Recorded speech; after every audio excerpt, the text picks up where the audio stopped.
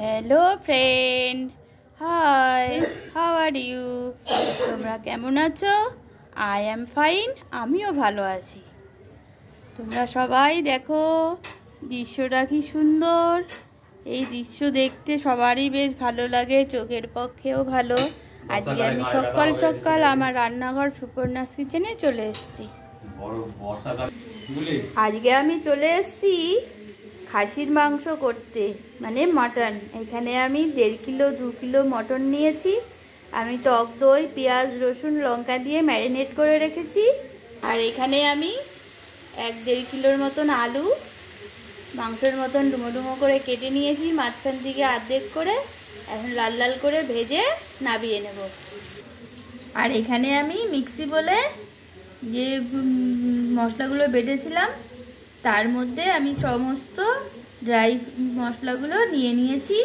লঙ্কা, কাশ্মীরি লঙ্কার গুঁড়ো, জিরে গুঁড়ো, ধনে গুঁড়ো, স্বাদ মতন নুন, হলুদ আর একটু মিষ্টি। আলুগুলো আমার ভাজা হয়ে গেছে। ওই তেলেই আমি এবার ম্যারিনেট করে রেখেছিলাম 1 ঘন্টা আগে, সেই মাংসগুলো আমি এবার কড়াইয়ে আস্তে আস্তে খাচ্ছি।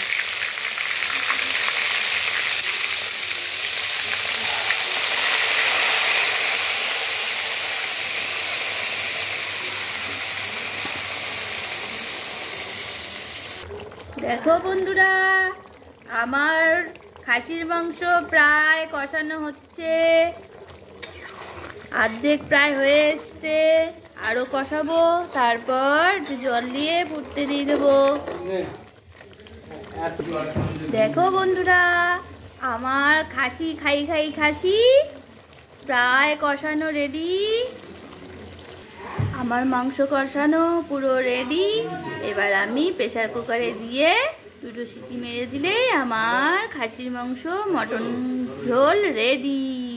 প্রেসার কুকারে একটু গরম মশলা দিয়ে সিটি দিতে বসিয়ে দিচ্ছি।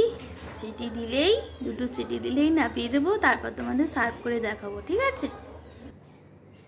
দেখো ফ্রেন্ড, আমার মটন ঝোল রেডি।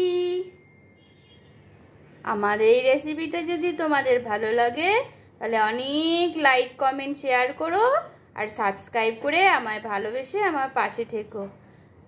Thank you.